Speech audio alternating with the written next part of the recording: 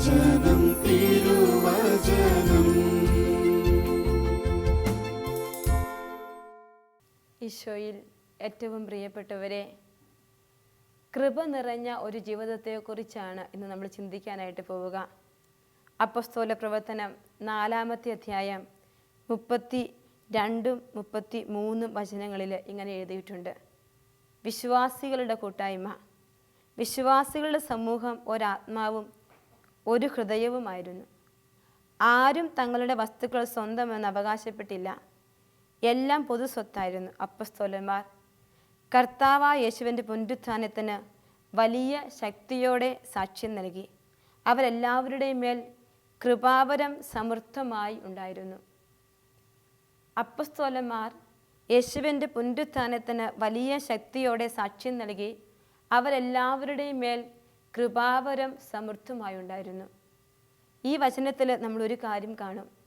അപ്പോസ്തലന്മാർ, യേശുവിൻ്റെ ഏറ്റവും പ്രിയപ്പെട്ടവർ, അടുത്തനുഗമിച്ച ശിഷ്യർ, കർത്താൻ തിരഞ്ഞെടുക്കപ്പെട്ടവർ, അവർ സാക്ഷ്യം നൽകിയത് യേശുവിൻ്റെ പുനരുത്ഥാനത്തിനാണ്.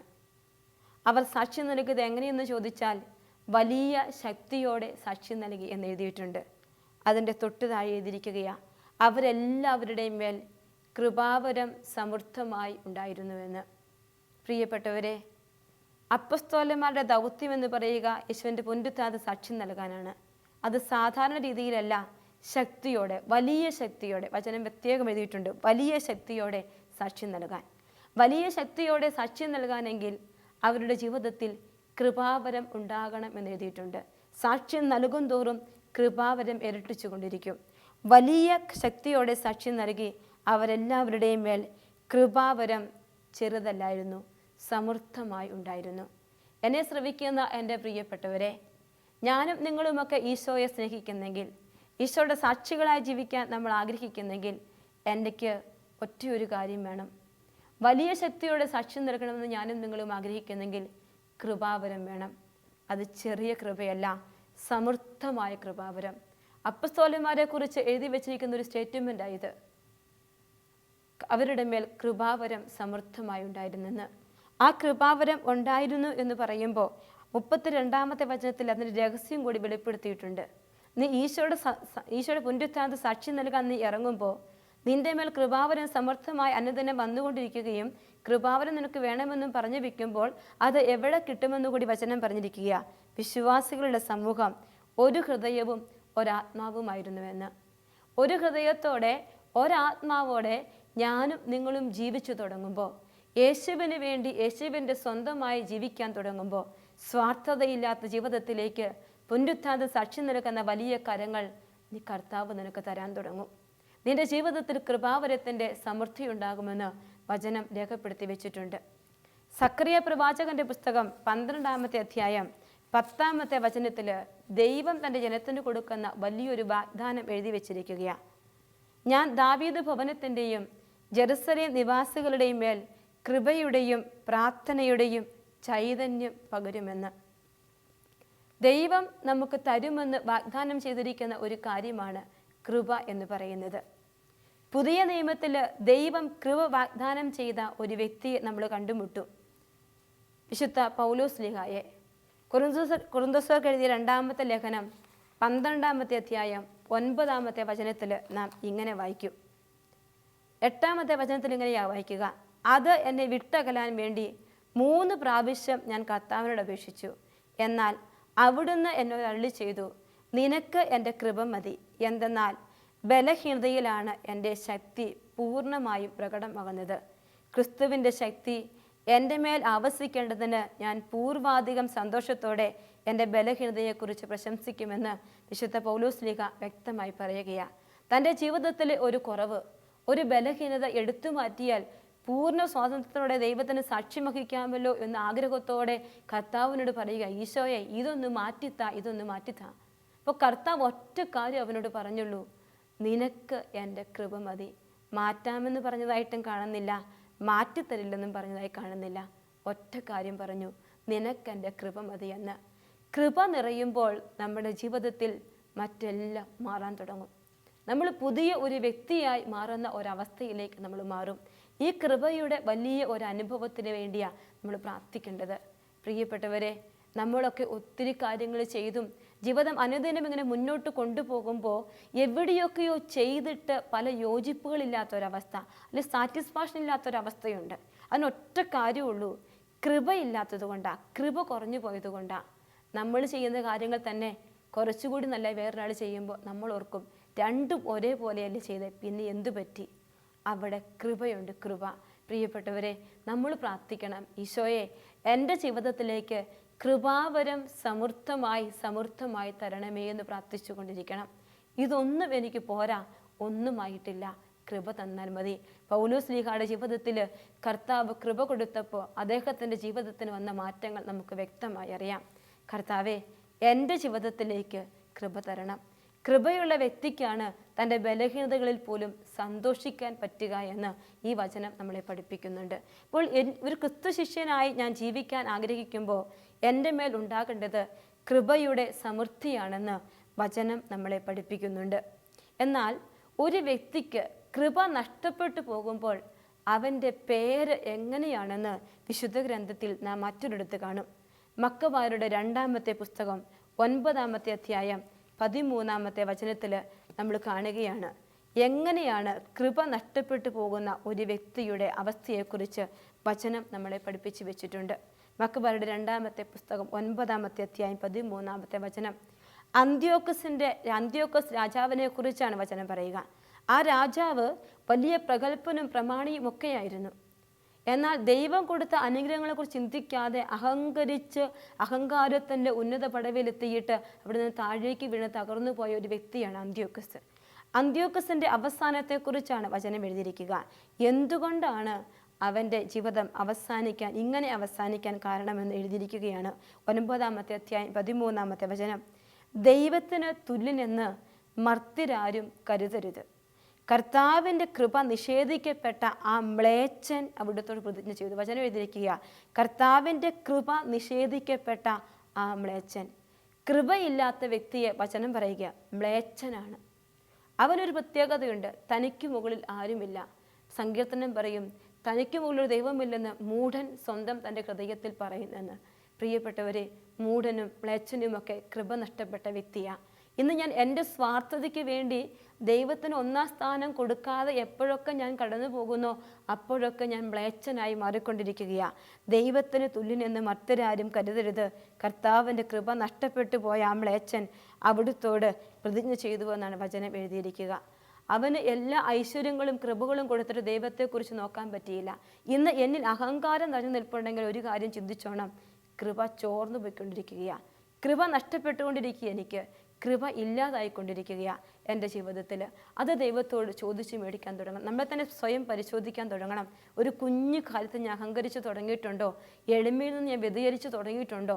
എൻ്റെ ജീവിതത്തിൽ കൃപ നഷ്ടപ്പെട്ടുകൊണ്ടിരിക്കുകയാണ്. കർത്താവിൻ്റെ വചനത്തോട് സ്നേഹം തോന്നുമ്പോൾ, ഈശോയോട് അടുത്ത് നിൽക്കാൻ നീ ആഗ്രഹിക്കുന്നെങ്കിൽ, ഈശോയ്ക്ക് സാക്ഷ്യം വഹിക്കാൻ നീ ആഗ്രഹിക്കുന്നെങ്കിൽ കൃപ വേണമെന്ന് വചനം പറയും. മത്തായിയുടെ സുവിശേഷം 19-ാമത്തെ അധ്യായം 11-ാമത്തെ വചനം.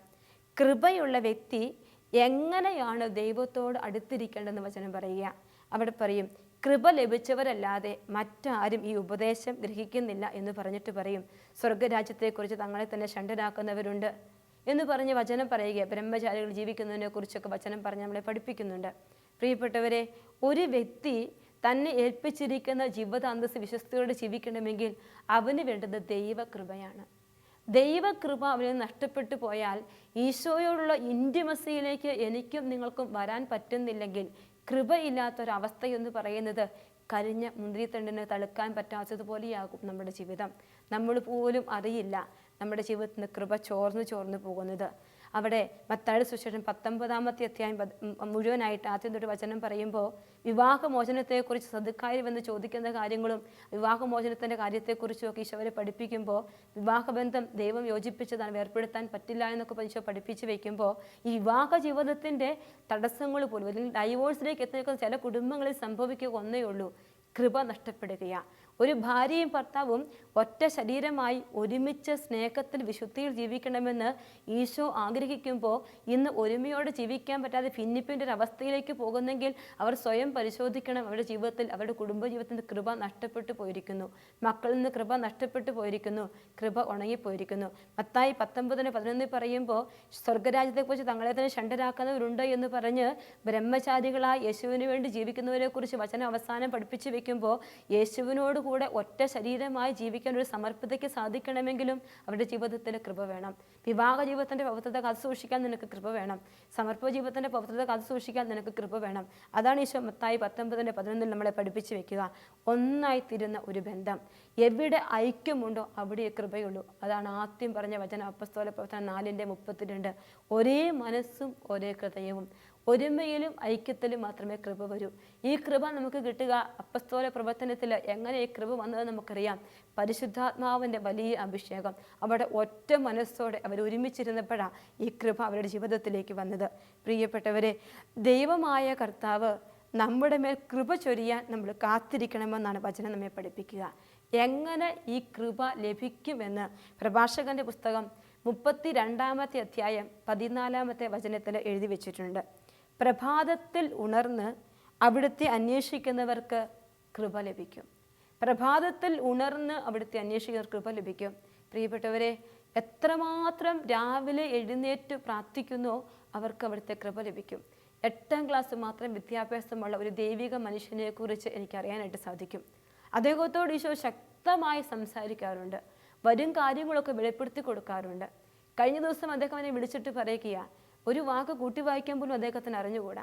പക്ഷെ അദ്ദേഹത്തിൻ്റെ കൃപ മനസ്സിലാക്കി ശുശ്രൂഷയ്ക്ക് വേണ്ടി ഒരു വ്യക്തി അദ്ദേഹത്തെ മിഷൻ പ്രദേശത്ത് കൊണ്ടുപോയിരിക്കുകയാണ്. പോകും വഴി ഒരു പിതാവിനെ, ബിഷപ്പിനെ കണ്ടുമുട്ടണമെന്ന് പറഞ്ഞ് പോകാനായിട്ട് രാവിലെ ഒരുങ്ങണം എന്ന് പറഞ്ഞു. രാത്രിയിൽ 12 മണിക്ക് തന്നെ ഇദ്ദേഹത്തെ ഈശോ വിളിച്ചെഴുന്നേൽപ്പിച്ചു. നമുക്ക് പോയിരുന്ന് പ്രാർത്ഥിക്കാം. 2 മണിക്കൂർ പോലും ഉറങ്ങിയില്ല. എഴുന്നേൽപ്പിക്കുക. അതിരാവിലെ പോയിരുന്ന് പ്രാർത്ഥിച്ചു കൊണ്ടിരിക്കും. ബിഷപ്പ് വെളിപ്പെടുത്തുക. ബിഷപ്പിനോട് പറയണം, ആർച്ച് ബിഷപ്പാകാൻ പോവുക ഇന്ന രൂപതയുടെ. ഇതൊന്നും അറിയത്തില്ലാത്ത മനുഷ്യൻ ഇത് പറഞ്ഞു കൊടുത്തപ്പോൾ അവിടെ ചെന്ന് ബിഷപ്പിനെ കാണുന്ന നിമിഷം പറയുവാണ്, ഇന്ന് വെളുപ്പിന് ഈശോ വെളിപ്പെടുത്തിയിരിക്കുക, അങ്ങ് ആർച്ച് ബിഷപ്പാകാൻ പോവുക, ബിഷപ്പതയിൽ നിന്ന് ഈശോ ഉയർത്തിയിരിക്കുക, അനുഗ്രഹിക്കാൻ പോവുക. ആ പിതാവ് കണ്ണു നിറഞ്ഞ് കരഞ്ഞിട്ട് പറയുക, ദൈവത്തിൻ്റെ ആത്മാവ് വെളിപ്പെടുത്തി, എനിക്കും വേറൊരാൾക്കും മാത്രമേ ഇതറിയൂ, മറ്റൊരു വ്യക്തിക്ക് അത് അറിയില്ല, ജസ്റ്റ് ഒരു കാര്യം പറഞ്ഞു വെച്ചതേ ഉള്ളൂ.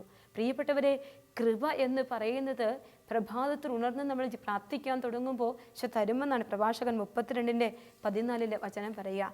ഈ കൃപ നിറഞ്ഞ മനുഷ്യനെ കുറിച്ച് പറയുമ്പോൾ എപ്പോഴും അദ്ദേഹം പറയും, ഞാൻ ഒന്നുമില്ല ഈശോയെ, ഞാൻ പൊട്ടനാ ഈശോയെ, എനിക്ക് ഒന്നും അറിയില്ല ഈശോയെ, ഞാൻ മന്ദബുദ്ധിയാ ഈശോയെ. അങ്ങനെ പറയുമ്പോഴേ കൃപ ചൊരിയാൻ തുടങ്ങും. അദ്ദേഹത്തിൻ്റെ ജീവിതത്തിൽ, കുടുംബജീവിതത്തിൽ 3 മക്കളുണ്ട്. ജീവിതം വളരെ ബുദ്ധിമുട്ടിലൂടെ കടന്നു പോവുകയാണ്. വളരെ ഞെരുക്കമാണ്, സാമ്പത്തിക ബുദ്ധിമുട്ടിൽ. അപ്പോൾ ഇദ്ദേഹത്തിന് ഒരു ശുശ്രൂഷയ്ക്ക് പോയപ്പോൾ 4000 രൂപ കിട്ടുകയാണ്. ഇപ്പോൾ കൂടി ഒരു സഹോദരൻ കൂടി വന്നിട്ടുണ്ട്. ഈ 4000 രൂപ അദ്ദേഹത്തിന് വേണമെങ്കിൽ പോക്കറ്റിൽ വെച്ചിട്ട് വീട്ടിലേക്ക് അയച്ചു കൊടുക്കാം. കാരണം തലേദിവസം മകൻ മെസ്സേജ് ചെയ്തിരിക്കുകയാണ്, അപ്പാ എനിക്കൊരു 4000 രൂപ വേണം, 2000 വാടക അടയ്ക്കാൻ, 2000 അത്യാവശ്യം കടം വീട്ടണം, തരാൻ പറ്റുമോ? അപ്പോഴാണ് അങ്ങനെ മെസ്സേജ് കണ്ടിട്ടിരിക്കുമ്പോഴാണ് 4000 രൂപ കയ്യിലേക്ക് വരുന്നത്. ഈ 4000 രൂപ അദ്ദേഹത്തിന് കൊടുക്കണോ വേണ്ടയോ? കൂടെ വന്ന സഹോദരൻ കയ്യിലേക്ക് എടുത്ത് വെച്ചിട്ട് പറഞ്ഞു, എന്നേക്കാൾ ആവശ്യം നിങ്ങൾക്കാണ്. പ്രിയപ്പെട്ടവരെ, കൃപയില്ലാത്തൊരു വ്യക്തിക്കൊന്നും ചെയ്യാൻ പറ്റില്ല. അത് കൊടുത്തു. അദ്ദേഹം അത് ആ കയ്യിലേക്ക് കൊടുത്തു കഴിഞ്ഞപ്പോൾ പ്രാർത്ഥിച്ചുകൊണ്ടിരിക്കും. പക്ഷെ മറ്റൊരു സന്ദേശം തരികയാണ്, 10 ദിവസത്തിനുള്ളിൽ നിങ്ങൾക്ക് 10000 രൂപ നിങ്ങളുടെ പോക്കറ്റിൽ വെച്ച് തരുമെന്ന് ഈശോ പറയുന്നു.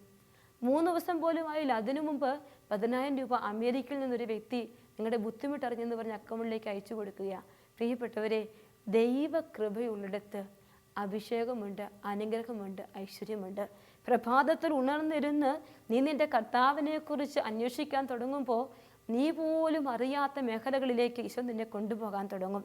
സങ്കീർത്തനം തിരിച്ചറിഞ്ഞിട്ടാണ് പറഞ്ഞത്. സങ്കീർത്തനം 119:17 പറയും, ഞാൻ ജീവിച്ചിരിക്കാനും അങ്ങയുടെ വചനം അനുസരിക്കാനും ഈ ദാസന്റെ മേൽ കൃപ ചൊരിയണമേ എന്ന്. പ്രിയപ്പെട്ടവരെ, ഈ സങ്കീർത്തനം ഒറ്റ കാര്യം കർത്താവിനോട് ചോദിക്കുന്നുള്ളൂ, കർത്താവേ, ഞാൻ ജീവിച്ചിരിക്കണം. ആർക്ക് വേണ്ടി? നിനക്ക് വേണ്ടി. അങ്ങയുടെ വചനം എനിക്ക് അനുസരിക്കണം. ഈ 2 കാര്യങ്ങൾക്ക് വേണ്ടിയാണ് എനിക്ക് കൃപ തരണമെന്ന് പ്രാർത്ഥിക്കുന്നത്. നമ്മളും പ്രാർത്ഥിക്കണം അതിന് വേണ്ടിയാ. സമ്പത്തിന് വേണ്ടിയിട്ടോ രോഗശാന്തിക്ക് വേണ്ടിയിട്ടോ ഒന്നുമല്ല പ്രാർത്ഥിക്കേണ്ടത്. കർത്താവേ, നിന്റെ മുമ്പിൽ ഞാൻ ജീവിച്ചിരിക്കാൻ, നിന്റെ മുമ്പിൽ ഞാൻ ജീവിച്ചിരിക്കാനും നിന്റെ വചനം അനുസരിക്കാനും എനിക്ക് കൃപ തരണമേ എന്ന് പ്രാർത്ഥിച്ചുകൊണ്ടിരിക്കണം.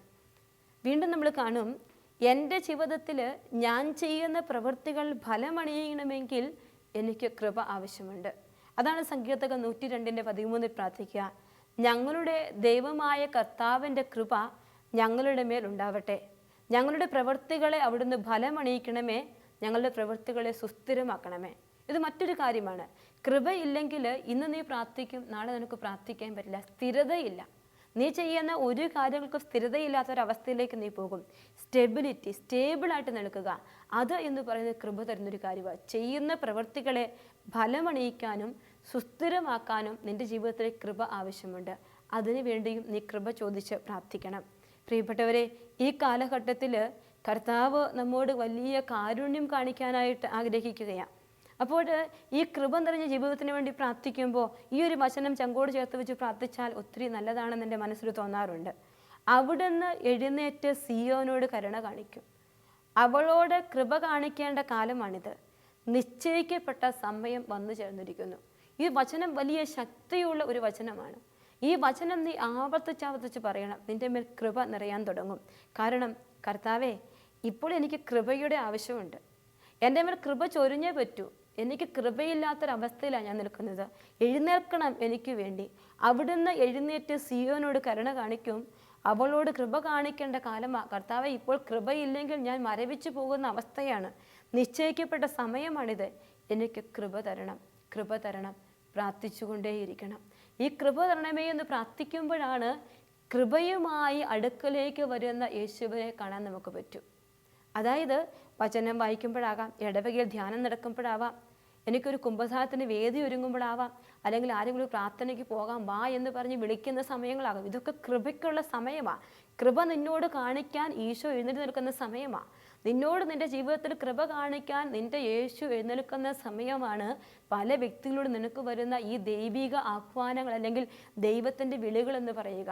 കർത്താവിനോട് ചേർന്നിരിക്കാൻ. നമ്മളൊരു കുമ്പസാരം പോയി നല്ലൊരു കുമ്പസാരം നടത്തി കഴിയുമ്പോൾ അച്ഛൻ പറയുക, നിന്റെ വയസ്സിന് ചേർന്ന വചനം നീ സങ്കീർത്തനം എന്നും വായിച്ചോണം. അതൊരു വിളിയാണ്, അതൊരു കൃപയാണ്. പക്ഷെ നമ്മളത് കേട്ടു, അന്നൊരു ദിവസം വായിച്ചു, പിറ്റേ ദിവസം തൊട്ട് വായിക്കാതെ പോകും. അങ്ങനെ വരുമ്പോൾ ദൈവം ചൊരിയാനിരിക്കുന്ന കൃപകളെല്ലാം നമ്മുടെ ജീവിതത്തിൽ നിന്ന് മാറിപ്പോകാൻ തുടങ്ങുകയാണ്. നമുക്ക് തന്നെ കൃപ നഷ്ടപ്പെട്ട ഒരവസ്ഥയിലേക്ക് നമ്മൾ മാറാൻ തുടങ്ങും. സക്കറിയ പ്രവാചകന്റെ പുസ്തകത്തിൽ നമ്മൾ കാണുന്ന ഒരു കാര്യമുണ്ട്. 2 ഇടയന്മാരെ കുറിച്ച് വചനം പറയുകയാണ്. 11-ാമത്തെ അധ്യായത്തിൽ 4 മുതൽ വചനങ്ങളിൽ 2 ഇടയന്മാരെ കുറിച്ച് വചനം പറയും. കർത്താവ്, എൻ്റെ ദൈവമായ കർത്താവ് അരുളി ചെയ്തു, കൊലയ്ക്ക് വിധിക്കപ്പെട്ട ആടുകളുടെ ഇടയനാവുക. അങ്ങനെ പ്രവാചകനോട് പറഞ്ഞു, ആടുകളുടെ ഇടയനാവുക. കാരണം വാങ്ങുന്നവർ അവയെ കൊല്ലുന്നു, അവർ ശിക്ഷിക്കപ്പെടുന്നില്ല. അവയെ വിൽക്കുന്നവർ പറയുന്നു, കർത്താവ് വാഴ്ത്തപ്പെടട്ടെ, ഞാൻ ധനികനായി. സ്വന്തം ഇടയന്മാർക്ക് പോലും അവയോട് കരുണയില്ല. കർത്താവ് അരുളി ചെയ്യുന്നു, ദേശത്ത് വസിക്കുന്നവരുടെ മേൽ ഇനി എനിക്ക് കരുണ തോന്നുകയില്ല. കാരണം തൻ്റെ ആടുകളോട് കരുണ കാണിക്കാതെ, കരുണയില്ലാത്ത ജീവിതത്തിൽ കൃപ വരില്ല എന്ന് വചനം പഠിപ്പിക്കാനാണ് ഈ വചനഭാഗം നമ്മൾ വായിക്കുക. അപ്പോൾ അവിടെ ഇടയന്മാർ ആടുകളെ നോക്കുന്നില്ല, ആടുകളെക്കുറിച്ച് കരുണയില്ല, അവർ വിൽക്കുന്നു, അതിൻ്റെ സമ്പത്ത് അവരെടുക്കുന്നു. കരുണയില്ലാത്ത അവസ്ഥയിലൂടെ പോകുമ്പോൾ കൊലയ്ക്ക് കൊണ്ടുപോകുന്ന അവരുടെ കയ്യിൽ നിന്ന് ആരെയും ഞാൻ രക്ഷിക്കില്ലെന്നൊക്കെ പറഞ്ഞ് വചനം പറഞ്ഞിട്ട് 7-ാമത്തെ വചനം പറയും, ഞാൻ ആട് വ്യാപാരികൾക്ക് വേണ്ടി കൊലയ്ക്ക് വിധിക്കപ്പെട്ടിരിക്കുന്ന ആടുകളുടെ ഇടയനായി ഞാൻ 2 വടിയെടുത്തു. അതാണ് വചനം. ഞാൻ 2 വടിയെടുത്തു. ഒന്നിന് കൃപയെന്നും രണ്ടാമത്തതിന് ഐക്യം എന്നും ഞാൻ പേരിട്ടു. ഞാൻ ആടുകളെ മേയിച്ചു. പ്രിയപ്പെട്ടവരെ, ഏതെങ്കിലുമൊക്കെ രീതിയിൽ നമുക്ക് കീഴിലുള്ളവരെ നയിക്കേണ്ടവരാണ് നമ്മളൊക്കെ. അപ്പോൾ അവരെ നീ നയിക്കുമ്പോൾ നിൻ്റെ കയ്യിൽ 2 വടിയുണ്ടാകുന്ന വചനം പറഞ്ഞിരിക്കുക. കൃപയുടെ വടിയും ഐക്യത്തിൻ്റെ വടിയും. ഇത് തന്നെയാണ് അപ്പോസ്തലപ്രവർത്തനം 4:32-33. ഐക്യമുണ്ടായപ്പോൾ കൃപ നിറഞ്ഞു, സാക്ഷ്യം വഹിച്ചു. അതുപോലെ നമ്മുടെ ജീവിതത്തിൽ നിൻ്റെ പ്രവൃത്തികളെ ഫലമണിയിക്കണമോ? ഐക്യമുണ്ടെങ്കിൽ നീ ദൈവത്തോട് പ്രാർത്ഥിച്ചാൽ, ദൈവവുമായി ഐക്യമുണ്ടെങ്കിൽ കൃപ നിന്റെ ജീവിതത്തിലേക്ക് വരും. 2 വടിയെടുത്തു. ഒന്നിന് കൃപയെന്നും രണ്ടാമത്തെ ഐക്യമെന്നും പേരിട്ടു. ഞാൻ ആടുകളെ മേയിച്ചു. 1 മാസത്തിനുള്ളിൽ 3 ഇടയന്മാരെ ഞാൻ ഓടിച്ചു. അവയെക്കൊണ്ട് ഞാൻ മടുത്തു. 9-ാമത്തെ വചനം. എന്നിട്ട് പറഞ്ഞു, ഞാൻ നിങ്ങളുടെ ഇടയനായിരിക്കുകയില്ല.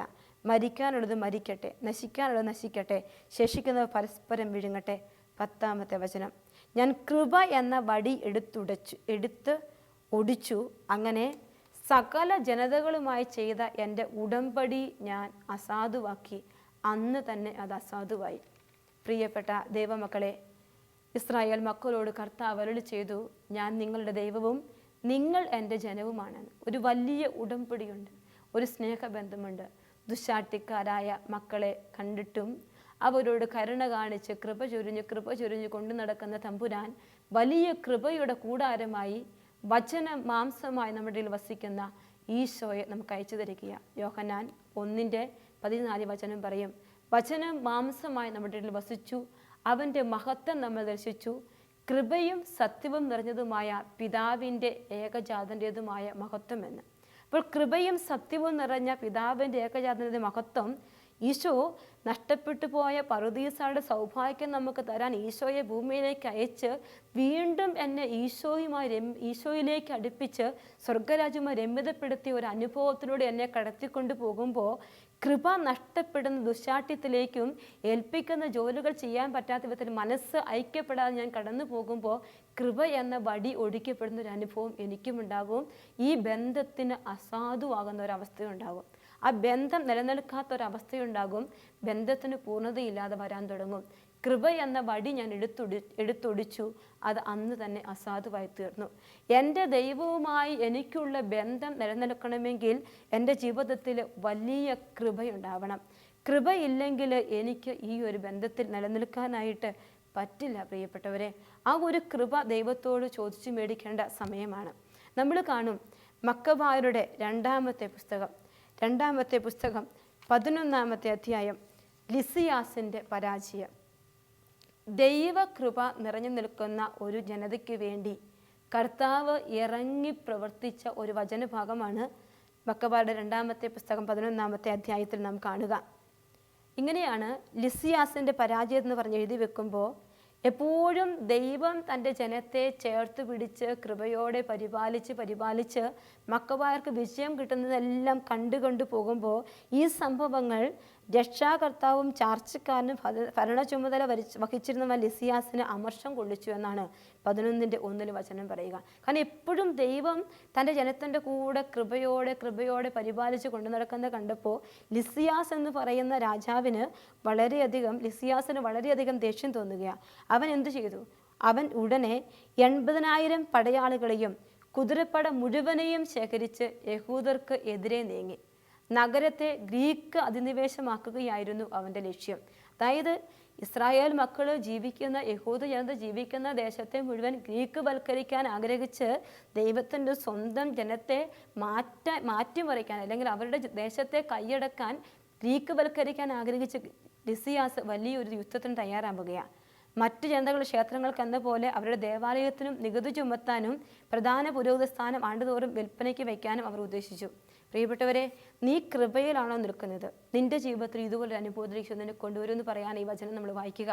കാരണം മക്കളുടെ കൂടെ ദൈവം ഇറങ്ങി പ്രവർത്തിക്കുന്ന കാണുമ്പോൾ ഒരു ശത്രുവിന് തോന്നുകയാണ്, ഇവരെ ഇങ്ങനെ വിട്ടാൽ പറ്റില്ല, ഇവരെ പരാജയപ്പെടുത്തിയേ പറ്റൂ, ഇവരെ തകർത്തേ പറ്റൂ. അതിനുവേണ്ടി വലിയ പടയാളികളെ എല്ലാം കൂട്ടിച്ചേർത്ത് കൊണ്ടുവന്ന് ഈ ദേശത്തെ മുഴുവൻ മാറ്റുക, ഗ്രീക്ക് ദേശമാക്കി മാറ്റുക, കർത്താവിൻ്റെ സ്വന്തം മക്കളെ ഗ്രീക്ക് വൽക്കരിക്കുക. എന്നിട്ടോ അവരുടെ ക്ഷേത്രങ്ങൾക്ക് എന്നതുപോലെ ദൈവത്തിൻ്റെ ദേവാലയത്തിന് നികുതി ചുമത്താൻ തക്ക വിധത്തിൽ അവർ ആലോചിക്കുകയാണ്. ആണ്ടുതോറും വിൽപ്പനയ്ക്ക് വെക്കണം പുരോഹിത സ്ഥാനം. അതായത് ദൈവത്തിൻ്റെ മുഴുവൻ രാജ്യത്തെയും തകർത്ത് തരിപ്പണമാക്കാൻ ശത്രുവായി നിന്നുകൊണ്ട് ലിസിയാസ് സാത്താനിക പ്രവർത്തനം ആരംഭിക്കുകയാണ്. അപ്പോൾ ലിസിയാസ് എന്ത് ചെയ്തു? ലിസിയാസിന് മറ്റൊരു കാര്യം കൂടെ പറയുകയാണ്. ലിസിയാസ് ദൈവശക്തിയെ തൃണവൽക്കണിച്ചെന്ന് മാത്രമല്ല, ലിസിയാസിൻ്റെ പ്രത്യേകത, ശത്രു എപ്പോഴും നിങ്ങൾ ശത്രുവിനെ കണ്ട് ഭയപ്പെടരുത്. ഞാനും നിങ്ങളും കൃപയുടെ കീഴിലാണെങ്കിൽ ശത്രുവിനെ കണ്ട് ഭയപ്പെടേണ്ട കാര്യമില്ല. ശത്രുവിൻ്റെ പ്രത്യേകതയുണ്ട്, അവൻ ദൈവശക്തിയെ തൃണവൽക്കണിച്ചവൻ മാത്രമല്ല, മറിച്ച് 10,000 കാലാൾ പടയാളികളിലും ആളുകളിലും എല്ലാം ആശ്രയിച്ച്, ആ ബലത്തിൽ ആശ്രയിച്ച് ദൈവശക്തി തൃണവൽക്കണിച്ച ഒരു അന്തിയോക്കസിനെയാണ് ലിസിയാസിനെയാണ് നാം ഇവിടെ കാണുക. അപ്പോൾ വചനം ഇങ്ങനെ എഴുതിയിരിക്കുകയാണ്. 5-ാമത്തെ വചനം, അവൻ യൂദയായിൽ കടന്ന് ജെറുസലേമിൽ നിന്ന് ഏകദേശം 20 മൈൽ അകലെ സ്ഥിതി ചെയ്യുന്നതും കോട്ടയാൽ ബലിഷ്ഠവുമായ ബെത്സൂറിലെത്തി അതിനെ ശക്തമായി ആക്രമിച്ചു. ബെത്സൂറിലെത്തി അതിനെ ആക്രമിക്കുന്ന സമയം മക്കബേയസിനും അനുയായികൾക്കും അറിവ് കിട്ടുകയാണ്, ഇവർ ആക്രമിക്കാൻ വന്നിരിക്കുന്നുവെന്ന്. ഉടനെ അവരും ജനവും ഒരുമിച്ച് ഇതാണ് നമ്മൾ ചെയ്യേണ്ട ഒരു കാര്യം. ഇത്രയുള്ളൂ. ശത്രു നമ്മളെ ആക്രമിക്കാൻ നിൽക്കുമ്പോൾ നീ കൃപയ്ക്ക് കീഴിലാണെങ്കിൽ നീ ഭയപ്പെടേണ്ട. അവരിങ്ങനെ ചെയ്യുക. ഉടനെ അവരും ജനവും ഒരുമിച്ച് ഇസ്രായേലിനെ രക്ഷിക്കാൻ ഒരു ഉത്തമ ദൂതനെ അയച്ചു തരണമേ എന്ന് കണ്ണീരോടും വിലാപത്തോടും കൂടെ കർത്താവിനോട് അപേക്ഷിച്ചു. കർത്താവെ, ഒരു ഉത്തമ ദൂതനെ ഞങ്ങൾക്ക് അയച്ചു തന്നേ പറ്റൂ. ആദ്യം ആയുധമെടുത്തത് മക്കബേയുസാണ്. സഹോദരന്മാരെ സഹായിക്കാൻ വേണ്ടി തന്നോടത്ത് ജീവൻ പണയം വെച്ച് പോരാടാൻ അവൻ മറ്റുള്ളവരോട് പറയുകയാണ്. എന്നിട്ട് ഇവരെന്ത് ചെയ്തു? ഒറ്റക്കെട്ടായി, കൃപയുള്ള വ്യക്തിയുടെ പ്രത്യേകത വചനം വീണ്ടും ആവർത്തിക്കുക. പിന്നെ അവർ ഒറ്റക്കെട്ടായി കുതിച്ചു പാഞ്ഞു. നിന്റെ കുടുംബത്തിനെതിരെ ഒരു അനർത്ഥം വരാൻ പോകുന്നു, ശത്രു ഒരു പടയൊരുക്കം നീക്കുന്നു, അല്ലെങ്കിൽ അവരെന്തോ ചെയ്യാൻ പോകുന്നു, കേസ് കൊടുക്കാൻ പോകുന്നു, അല്ലെങ്കിൽ നിന്റെ സ്ഥലം അവർ കൈയടക്കാൻ പോകുന്നു, അറിവ് കിട്ടിയോ? ഒറ്റക്കെട്ടായി നിന്ന് ദൈവമേ, സ്വർഗത്തിൽ നിന്നൊരു സഹായം അയക്കണമേ. കൃപയുള്ളവർക്ക് സ്വർഗ സഹായം കിട്ടൂ. ഒറ്റക്കെട്ടായി നിന്നിട്ട് പ്രാർത്ഥിക്കുക. സഹോദരന്മാരെ സഹായിക്കാൻ വേണ്ടി അവൻ ഒറ്റക്കെട്ടായി കുതിച്ചു പാഞ്ഞു. അടുത്ത വചനമാണ് നമ്മുടെ കൺമുമ്പിൽ കാണേണ്ടത്. ജെറുസലേമിൽ നിന്ന് അകലുന്നതിന് മുൻപ് ധവള വസ്ത്രധാരിയായ ഒരു അശ്വാരൂഢൻ സ്വർണ്ണായുധങ്ങൾ ചുഴറ്റിക്കൊണ്ട് തങ്ങളുടെ മുമ്പേ നീങ്ങുന്നത് അവർ കണ്ടു. പ്രിയപ്പെട്ടവരെ, ഇത് തന്നെ എൻ്റെയും നിങ്ങളുടെയും കുടുംബത്തിലും വ്യക്തി ജീവിതത്തിലും സംഭവിക്കും. നീ കൃപയുള്ള വ്യക്തിയാണെങ്കിൽ നിനക്ക് വേണ്ടി സ്വർഗത്തിൽ നിന്ന് കർത്താവ് ദൂതനെ അയച്ചിരിക്കും. നീ ഐക്യത്തോടെ നിന്ന് പ്രാർത്ഥിച്ചാൽ ഏത് പ്രതിസ്ബന്ധങ്ങളെയും തരണം ചെയ്യാൻ തക്ക വിധത്തിൽ ദൈവ കൃപയുടെ സഹായം കുടുംബത്തിലേക്ക് ഇറങ്ങി വരും. കൃപ തരണമേ എന്ന് പ്രാർത്ഥിച്ചാൽ മാത്രം പോരാ, കൃപയുടെ അനുഭവം കൂടി എനിക്കും നിങ്ങൾക്കും കിട്ടണമെന്ന് വചനം പറയുക. അപ്പോൾ അവർ കൃപാലുവായ ദൈവത്തെ ഏകസ്വത്തെ സ്തുതിച്ചു. മനുഷ്യരെ മാത്രമല്ല, ഘോര മൃഗങ്ങളെയും ഉരുക്കുകോട്ടകളെയും ആക്രമിക്കാൻ തക്ക ധൈര്യം അവർക്ക് ലഭിച്ചു. അടുത്ത വചനം, കർത്താവിൻ്റെ കൃപാ കടാക്ഷമുണ്ടായതിനാൽ സ്വർഗീയ സഹായകനോടൊപ്പം യുദ്ധസജ്ജരായി അവർ മുന്നേറി. കർത്താവിൻ്റെ കൃപാ കടാക്ഷമുണ്ടായതിനാൽ സ്വർഗീയ സഹായകനോടൊപ്പം യുദ്ധസന്നദ്ധരായി മുന്നേറി. എന്നെ ശ്രവിക്കുന്ന എൻ്റെ പ്രിയപ്പെട്ടവരെ, അപ്പസ്തോലന്മാർ യേശുവിൻ്റെ പുനരുത്ഥാനത്തിന് വലിയ ശക്തിയോടെ സാക്ഷ്യം നൽകി അവരെല്ലാവരുടെ മേൽ കൃപാവരം സമൃദ്ധമായി ഉണ്ടായിരുന്നുവെന്ന് വചനം രേഖപ്പെടുത്തി വെച്ച് വായിച്ച് കിടക്കുമ്പോൾ, കൃപ നിറഞ്ഞൊരു ജീവിതത്തിന് വേണ്ടി ഞാനും നിങ്ങളും ആഗ്രഹിച്ച് പ്രാർത്ഥിക്കുമ്പോൾ, എളിമയോടെ ഐക്യത്തോടെ ഒറ്റക്കെട്ടായി സ്വർഗത്തിലേക്ക് കരങ്ങൾ ഉയർത്തിയാൽ കൃപാലുവായ ദൈവത്തിൻ്റെ സാന്നിധ്യം കുടുംബത്തിൽ കാണാൻ പറ്റും. കൃപാലുവായ ദൈവം നിനക്ക് വേണ്ടി ഇറങ്ങി പ്രവർത്തിക്കും. അതിനുള്ള കൃപയ്ക്ക് വേണ്ടിയാണ് എന്നെ ശ്രവിക്കുന്ന നമുക്ക് പ്രാർത്ഥിക്കേണ്ടത്. പ്രിയപ്പെട്ട മക്കളെ, കണ്ണുകളടച്ച് കരങ്ങൾ കൂട്ടിപ്പിടിക്കാം. നല്ല ഈശോയെ, നിൻ്റെ കൃപ കൂടാതെ ഒരു നിമിഷം പോലും ജീവിക്കാൻ എനിക്ക് പറ്റില്ല. നിൻ്റെ സാന്നിധ്യമില്ലാതെ ഒരു നിമിഷം പോലും ജീവിക്കാൻ പറ്റില്ല. എൻ്റെ കർത്താവെ, എൻ്റെ കുടുംബത്തിൽ ഐക്യമില്ലായ്മ കൊണ്ട്, എൻ്റെ അഹങ്കാരത്തിൻ്റെ മേഖലകൾ കൊണ്ട് കൃപ നഷ്ടപ്പെട്ടു പോയ ഒരു വ്യക്തിയായി മ്ലേച്ഛപ്രവൃത്തികൾക്ക് അടിമപ്പെട്ടു പോയിട്ടുണ്ടെങ്കിൽ ഇതാ കർത്താവെ, ഞാൻ അനുദപിക്കുന്നു. എൻ്റെ മേൽ സ്വർഗത്തിൻ്റെ കൃപ ചൊരിഞ്ഞ് എന്നെ നിൻ്റെ സ്നേഹത്തിൻ്റെ വലിയ പദ്ധതിയിലേക്ക് ചേർത്ത് വയ്ക്കണം. കൃപാ കടാക്ഷം എൻ്റെ കുടുംബത്തിൽ ഇറങ്ങി നിൽക്കുന്നത് കാണാൻ എന്നെ അനുഗ്രഹിക്കണമേ എന്ന് പ്രാർത്ഥിക്കുന്നു. നിൻ്റെ പുനരുത്ഥാനത്തിന് വലിയ ശക്തിയോടെ സാക്ഷ്യം വഹിക്കുന്ന മക്കളായി മാറാൻ ദൈവമേ, അങ്ങയുടെ കൃപ ധാരാളമായി ഈ ദിവസം ഞങ്ങളെ ചൊരിയണമേ എന്ന് പ്രാർത്ഥിക്കുന്നു. നിത്യം പിതാവും പുത്രനും പരിശുദ്ധാത്മാവുമായി സർവേശ്വര. ആമേൻ.